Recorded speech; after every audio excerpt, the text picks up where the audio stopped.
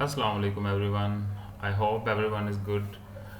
सो आज की वीडियो में हम स्टार्ट कर रहे हैं स्कीमेटिक ओवरव्यू। जैसा कि लास्ट वीडियोस में हमने डिस्कस किया था कि हम एक बोर्ड डेवलप कर रहे हैं that is based on STM32F411RET6। So I have completed the schematics. तो आज मैं डिस्कस करूँगा डिफरेंट जो चीज़ें हमने डिस्कस की थी लास्ट वीडियो के अंदर, और हर चीज़ की डिटेल बताऊंगा, कौन सी चीज़ किस तरह लगाई हमने और क्यों लगाई हमने। So starting from the microcontroller, मैं let me zoom in a bit. So इस पोर्शन में आप देख रहे हैं हमारे पास माइक्रो कंट्रोलर है that is 64 pin micro controller, और यहाँ पे हमारे पास डिफरेंट कनेक्शन स्कीम यहाँ पे हुई हुई हैं। सो हम साथ साथ ओवरव्यू करते जाते हैं स्कीमेटिक का, और ताकि आपको थोड़ा सा आइडिया हो जाए।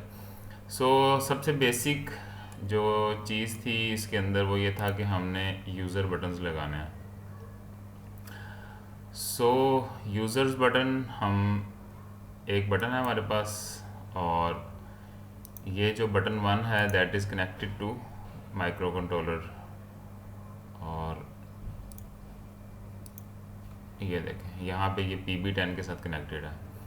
सो इस बटन को हम PB10 के साथ कनेक्ट किया है, और इस तरह हम एक्सटर्नल इंटरप्ट भी सीख सकेंगे इससे, जो कि एक्सटर्नल इंटरप्ट नंबर 10 होगा बेसिकली। सो इसको रैंडमली चूज़ नहीं किया गया, इनको very carefully I have chosen ताकि बटन्स जो हैं वो किसी एक साइड पे आएँ, जो है वो इसी तरह LEDs वगैरह किसी एक साइड पे आ जाएं। इस तरीके से केयरफुली चूज़ की हैं पिन्स वगैरह, क्योंकि जैसा कि मैंने आपको बताया था कि एक पिन की काफ़ी ज़्यादा जो है वो फंक्शनैलिटीज़ होती हैं। So keeping in view all of these things, so इस तरीके से मैंने ये डेवलप किया है। सो बहरहाल you don't have to worry के क्यों चूज़ की गई हैं। वो हम चीज़ें देखते रहेंगे जब हमारा बोर्ड डेवलप हो जाएगा इन फ्यूचर, और लेट्स सी। ओके, सो सबसे पहले यूज़र बटन्स आ गए हैं हमारे पास। उसके बाद जो है the main thing is LEDs। ठीक है, LEDs है सिंपल, और उसके साथ रजिस्टर्स लगा के हमने ग्राउंड कर दिया। ओके, एक चीज़ मैं भूल गया हूँ about user buttons, that is के हमारे पास जो यहाँ पे आप देख रहे हैं जो बटन 1, बटन 2, 3 एंड 4 जो हैं ये डायरेक्टली कनेक्टेड है माइक्रो कंट्रोलर पिन के साथ, और जो माइक्रो कंट्रोलर की जो पिन है उसको इंटरनली हम पुल अप कर लेंगे। सो ये जो हमारी बटन्स की स्टेट्स हैं they will be in a defined state, और जो हमारे पास कैपेसिटर लगा हुआ है 100 नैनो फैरड का, वो किसी भी किस्म के ग्लिच को जो है वो फ़िल्टर आउट करेगा। क्योंकि नॉर्मली हमारे पास मैकेनिकल स्विचेस होते हैं, तो उनको जो है जब प्रेस करते हैं तो वो मल्टीपल टाइम प्रेसेस होते हैं, तो मल्टीपल प्रेसेस से बचने के लिए हम फिर कैपेसिटर लगाते हैं, और that capacitor will not be directly connected to ground via button. यहाँ पे एक रजिस्टर लगाया ताकि इसकी जो डिस्चार्जिंग है वो स्लो रेट के साथ हो। So internal capacitor internal register जो होते हैं pull up, they are normally of around 40 kilo ohm something like that. So जो चार्जिंग होगी that will be slow and discharging will be fast, तो एक जो है वो प्रॉपर एक फ़िल्टर बन जाएगा हमारे पास। So that is called basically called button debouncing. So हम हार्डवेयर के अंदर डी बाउंसिंग कर रहे हैं। नेक्स्ट चीज़, हमने LEDs की डिस्कशन कर ली, और उसके बाद हमारे पास नीचे हम देख रहे हैं एक सिंपल बैटरी कनेक्टर लगा दिया है। बैटरी कनेक्टर जो है वो बेसिकली जो बैटरी की पिन होती है ये वी बैट, और उसके साथ हमने कनेक्ट कर दिया। और यहाँ पे जितनी भी पावर की पिन्स हैं, VDD पिन्स हैं, उन सबको हमने 100 नैनो फैरड का कैपेसिटर लगा के ग्राउंड किया हुआ है ताकि वो वहाँ पे फ़िल्टर और सप्लाई पहुँचती रहे। उसके बाद हमारे पास नीचे आप देख रहे हैं we have an oscillator. Oscillator जो मेन ऑसिलेटर होगा वो हम इंटरनल ऑसिलेटर यूज़ करेंगे STM32F411 का। ये हमने एक एक्सटर्नल ऑसिलेटर दिया है दैट इज़ फॉर 32.768 किलोहर्ट्ज़। ये बेसिकली रियल टाइम क्लॉक्स को जो है ना वो ऑपरेट करने के लिए हम यूज़ करेंगे। सो हम जब बोर्ड वगैरह डेवलप हो जाएगा हमारा, तो उसके बाद हम ये भी चीज़ देखेंगे कि इंटरनल जो है वो रियल टाइम क्लॉक किस तरीके से यूज़ करना है। सो उसके लिए बैटरी की पावर की ज़रूरत होती है हमें। और उसके अलावा अगर हम let's zoom into power supply section, तो पावर सप्लाई सेक्शन के अंदर आप देख रहे हैं we have used AMS 1117 for 3.3 volts. और यहाँ पे एक सिंपल LED लगा दी है ताकि whenever the output is there तो ये LED ग्लो करती रहे। और एक इनपुट और आउटपुट के ऊपर 10 माइक्रोफैरड के 2 कैपेसिटर्स लगा दिए हैं।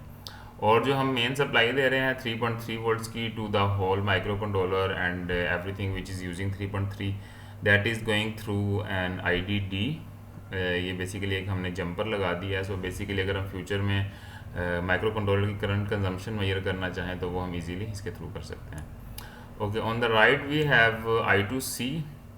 एज वी डिस्कस्ड कि हम I2C में कम्युनिकेशन प्रोटोकॉल है उसको सीखेंगे, उसमें हम EPROM को बेसिकली यूज़ कर रहे हैं। सो EPROM uses SCL and SDA pins of microcontroller और they need to be pulled up.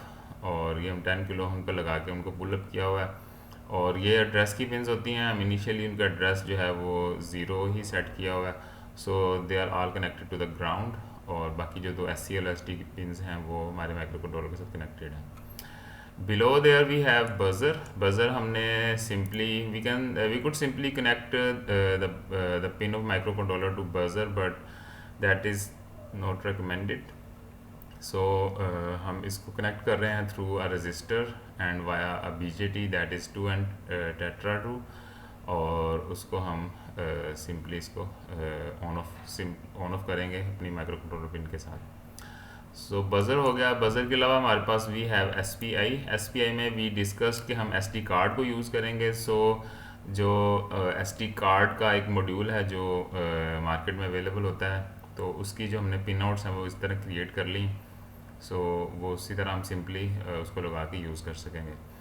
Then on the right side we have a DHT22 that is basically a temperature and humidity sensor।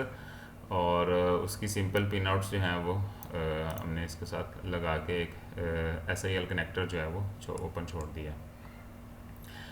And then we have the USB की जो communication है वो basically आपके इसमें D positive होता है that is DP और D minus होता है दैट इज़ DM। सो ये आपके माइक्रो कंट्रोलर के साथ, माइक्रो कंट्रोलर के अंदर भी पिन्स होती हैं DP और DM की, उनके साथ हम डायरेक्टली बेसिकली इनको डायरेक्ट भी कनेक्ट कर सकते हैं, बट हम एक स्मॉल रजिस्टर लगा देते हैं क्योंकि ये नॉर्मली 5 वोल्ट्स के ऊपर कनेक्टेड होती हैं। और दूसरी साइड पे हमारे पास 3.3 वोल्ट की पिन्स होती हैं। आल्दो जो माइक्रो कंट्रोलर की पिन्स हैं वो काफ़ी सारी पिन्स जो होती हैं they are 5 volt tolerant, so they can pretty much work without registers as well. और जो D पॉजिटिव होती है उसे बेसिकली हमें पुल अप करना पड़ता है using a 1.5 kilo ohm register that is a standard circuit which is used in micro controllers for connecting with the USB। और ये सिंपल उसकी स्कीमेटिक है। On the left we have LCD में हम क्या करें हैं, although we have a 16x2 LCD जिसमें हमारे पास 16 पिन्स होती हैं, बट हमने इस हेडर को जो है वो थोड़ा सा शॉर्ट किया हुआ है। हम उसमें से 4 पिन्स जो हैं वो यूज़ नहीं कर रहे क्योंकि हम जो अपनी LCD लगाएंगे that will be used in a 4-bit mode so that we could save some of our pins. और हार्डवेयर के ऊपर भी हम अपनी पिन्स सेव कर रहे हैं क्योंकि 4 पिन्स जो हैं वो किसी भी तरह कनेक्ट होनी ही नहीं है। So as you can see here we are using D4, D5, D6 and D7। We are not using D1 to D3, D0, 1, 2, 3 we are not using those pins. और उसके अलावा RS और इनेबल की pins है, ये basically 6 pins हैं जो हमारे माइक्रो कंट्रोलर से कनेक्टेड होंगी। उसके अलावा यहाँ पे हमारा LCD का कंट्रास्ट सेट करने के लिए हमने एक पोटेंशियोमीटर लगा दिया। और on the right side you can C a BJT which is basically controlling the or you can either control the on off backlight of the LCD। सो इस तरीके से हमारे पास LCD जो है वो उसकी स्कीमेटिक फाइनल हो गई। On the above side we have reset पे आप देख रहे हैं सिंपली हमने ये हमारे पास NRST जो है वो माइक्रो कंट्रोलर के NRST के साथ कनेक्टेड रहेगी जो कि पिन नंबर 7 है। और जैसे ही हम बटन प्रेस करेंगे our micro controller will go to reset. और उसके अलावा हमारे पास हमने एक बात की थी कि सीरियल वायर कम्युनिकेशन होगी। सीरियल वायर कम्युनिकेशन की हमने सिंपली 3 पिंस जो हैं वो आउटपुट पे छोड़ दी हैं, that is TX1, RX1 and ground. So अगर हमने सीरियल कम्युनिकेशन करनी है तो सिंपली हम उसके साथ कनेक्ट करके इजीली कम्युनिकेट कर सकें। उसके अलावा we have serial wire debugger. Basically हमने अपने कंट्रोलर को प्रोग्राम भी करना है। सो जो नॉर्मली मार्केट में ST-Link वर्जन 2 अवेलेबल होगा हम उसी को यूज़ कर रहे होंगे मोस्ट प्रोबेबली, और उसके थ्रू जो है फिर हम अपने कंट्रोलर को प्रोग्राम कर सकते हैं। उसकी सर्किटरी ये होती है हमारे पास कि हमारे पास 3.3 वोल्ट होता है, ग्राउंड होता है, और 2 पिंस होती हैं, that is serial wire data input output and serial wire की क्लॉक होती है हमारे पास। और जो क्लॉक होती है बेसिकली हमने उसको पुल डाउन किया होता है यूजिंग 100 के रजिस्टर। सो ये हमारे पास सारी चीज़ें थी इस स्कीमेटिक के ऊपर। और let's go to the next page. यहाँ पे हमारे पास 3-4 चीज़ें और अवेलेबल हैं। वी डिस्कस्ड कि हम रिलेज भी लगाएंगे। सो यहाँ पे we are using 5 volt relays, जो कि जिसमें हमारे पास नॉर्मली ओपन, कॉमन पॉइंट और नॉर्मली क्लोज पॉइंट होता है। ठीक है, तो 2 रिलेज की हमने ऑप्शन दी है अपने बोर्ड के ऊपर। सो उसका सर्किट ये है कि हमने रिले के साथ पैरेलल में हमने डायोड लगा दिया, that is a free wheeling diode, जो कि जब रिले ऑफ होती है तो उसको करंट क्लोजिंग पाथ उसको प्रोवाइड करता है। और उसके साथ साथ हमने एक रजिस्टर लगा के एक LED भी लगा दी है, जो कि हमें इसकी स्टेट बताती रहेगी कि जो हमारी रिले है वो इस वक्त किस स्टेट में है। और उसको हम ड्राइव कर रहे हैं same using a same 2N tetra 2 BJT। तो ये दोनों सर्किट जो हैं वो रिलेज के हैं। On the right side we have RS485 serial communication. Serial communication जो अगर हम लॉन्ग रेंज की सीरियल कम्युनिकेशन करनी हो तो उसको जो है वो हम जो है उसके लिए मैक्स 487 है। इस मैक्स के डिफरेंट डिफरेंट आईसीज अवेलेबल होते हैं। दैट डिपेंड्स कि आप कितने नोड्स के साथ कम्युनिकेट करना चाह रहे हैं, कितनी लॉन्ग रेंज के ऊपर कम्युनिकेशन करनी। So for simplicity we will be using max 487। इसकी स्कीमेटिक आप इंटरनेट पे देख सकते हैं। ये आपको नॉर्मल जो स्टैंडर्ड स्कीमेटिक है वो मिलती है, और नॉर्मल ये मॉड्यूल भी मिल जाता है इंटरनेट से। सो उसकी स्कीमेटिक है, उसमें हमारे पास जो ये पिंस होती हैं ये बेसिकली रीड आउट और डाटा इन की पिंस होती हैं, जो कि ट्रांसमीटर और रिसीवर के साथ लगी होती हैं। और उसके अलावा हमारे पास बेसिकली जो हमने रीडिंग करनी है और राइट करना है बेसिकली, तो उसको हमने इनेबल या डिसेबल करना होता है। तो नॉर्मली हम ये दोनों एक दूसरे के एंटी होती हैं, तो हम एक ही पिन यूज़ कर लेते हैं ट्रांसमिशन इनेबल करने के। सो जब हम ट्रांसमिशन इनेबल करेंगे तो ये पिन ऑफ हो जाएगी और ये वाली पिन हाई हो जाएगी, तो हम डाटा जो है वो ट्रांसमिट कर सकेंगे। और इसी तरह अगर हमने रिसीव करना है तो इसको हम लो कर देंगे, तो हम इसी उस पिन के थ्रू रिसीविंग स्टार्ट कर देंगे। और ये हमारे पास A और B की पिन्स होती हैं, जो बेसिकली फर्दर जो है वो सीरियल कम्युनिकेशन लॉन्ग रेंज के लिए यूज़ होती हैं, जहाँ पे हम अपनी वायर्स जो हैं वो डाटा की वायर्स जो हैं वो कनेक्ट करते हैं। और यहाँ पे हमारे पास 120 ओहम का रजिस्टर होता है, जो कि स्टैंडर्ड है RS485 की कम्युनिकेशन के अंदर, जो कि बिल्कुल लास्ट नोड होता है उसके ऊपर। जो बेसिकली 2 लास्ट नोड्स होते हैं, एक स्टार्टिंग वाला नोड और एक एंडिंग वाला नोड, वहाँ पे 120 ओहम का रजिस्टर लगा होना लाजमी, अदरवाइज़ क्रॉस टॉक वगैरह होती है उसके अंदर। सो हम इसको इनेबल करने के लिए भी हमने एक जंपर दे दिया है। सो अगर हम मल्टीपल डिवाइसेस भी लगाते हैं तो जो इंटरमीडिएट डिवाइसेस होंगी उनके हम जंपर्स उतार देंगे, और जो बिल्कुल एंड वाली डिवाइसेस होंगी वहाँ पे हम जंपर कनेक्ट कर देंगे, ताकि वो क्रॉस टॉक वगैरह ना हो। और ज़रा स्टेबल ऑपरेशन के लिए हमने यहाँ पे कैपेसिटर बैंक लगा दिया है। एंड डाउन बिलो हमने बात की थी कि हमारे पास ऑपरेशनल एम्पलीफायर्स भी होंगे। सो ऑपरेशनल एम्पलीफायर्स हम LM358 we are using this one, और इसके दोनों जो साइड्स हैं A एंड B साइड वो हम यूज़ कर रहे होंगे। यहाँ पे जो है वो इनपुट कनेक्शंस के लिए A पॉजिटिव A नेगेटिव, जो कि A साइड है, और जो B साइड है उसका B पॉजिटिव B नेगेटिव हमने यहाँ पे अपने ब्लॉक टर्मिनल के साथ कनेक्ट कर दिया। सो यूज़र जो है वो अपनी वायर्स इसके साथ कनेक्ट कर सकता है। उसके अलावा जो ये रजिस्टर्स हैं ये यूज़र जो है वो अपनी मर्ज़ी से चेंज कर सकता है। सो वो रिमूव करके अपनी मर्ज़ी की कॉन्फ़िगरेशन डेवलप कर सकता है। और उसके अलावा अगर आपने ऑफसेट वगैरह प्रोवाइड करना है, ऑफसेट प्रोवाइड करने के लिए यहाँ पे 2 डिफरेंट सर्किट्स हैं हमारे पास। एक तो ये है कि आप अगर कांस्टेंट ऑफसेट प्रोवाइड करना चाहते हैं, so you can use these two register, that is R39 and R38। और उसके अलावा अगर आपको चाहिए कि वेरिएबल आपने जनरेट करना है ऑफसेट, सो उसके लिए आप सिंपली पोटेंशियोमीटर, सो पोटेंशियोमीटर भी अवेलेबल होगा, और ये जो कांस्टेंट ऑफसेट है वो भी अवेलेबल होगा। सो यहाँ से आप जंपर लगा के या आप 2 3 को कनेक्ट कर लें आपस में, तो आपके पास वेरिएबल ऑफसेट मिल जाएगा। अगर 1 2 को कनेक्ट करेंगे तो आपके पास एक कांस्टेंट ऑफसेट मिल जाएगा आपको। और इसको ऑफसेट को हम फिल्टर आउट करने के लिए यहाँ पे एक कैपेसिटर लगा देते हैं। सो ये हमारे पास कंप्लीट सर्किट होगा। अगर हमने ऑप एम्प के साथ वर्किंग करनी है, इससे हम फिर जो डाटा, जो भी सिग्नल मिलेगा वो हम फिर अपने एनालॉग टू डिजिटल कन्वर्जन के थ्रू इसको रीड कर सकेंगे। उसके अलावा हमने करंट वगैरह मेजर करने के लिए कुछ ऐसी एप्लीकेशंस होती हैं हमारे पास जिसमें हमने करंट वगैरह मेजर करना होता है। तो डीसी करंट भी हो सकता है और एसी करंट भी हो सकता है। डीसी करंट के लिए हमारे पास ये वाला सर्किट है जिसमें वी आर यूजिंग ACS 712, और उसमें हमारे पास आप देख लें ये स्टैंडर्ड सर्किट है जो इसकी स्कीमेटिक के ऊपर गिवन होता है, और वही हमने यहाँ पे डेवलप कर दी। यहाँ पे हमारे पास जो हैं वो वायर्स लगेंगी।